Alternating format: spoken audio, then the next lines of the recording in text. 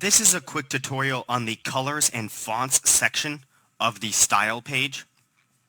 The style can be located right here at the top. This is what lets you change all of your colors, fonts, and themes for your website. And for the colors and fonts down here, this can actually be used to override whatever theme you've chosen.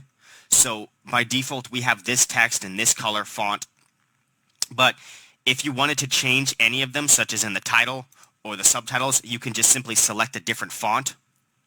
So for example, if I wanted to change this main title here, we can do a totally different font with, let's do this, Gloria Hallelujah, which looks kind of like more handwritten text. So once we save that, you'll see this goes from that computer to that's more of a handwritten font. And that can be used to override whatever you've chosen for your theme, and you can simply go to default to choose the default theme again.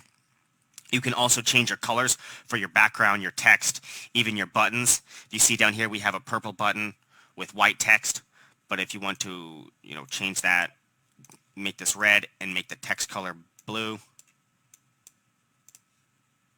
you can save that and that'll override whatever you have for your website. Now we have a red button with blue text.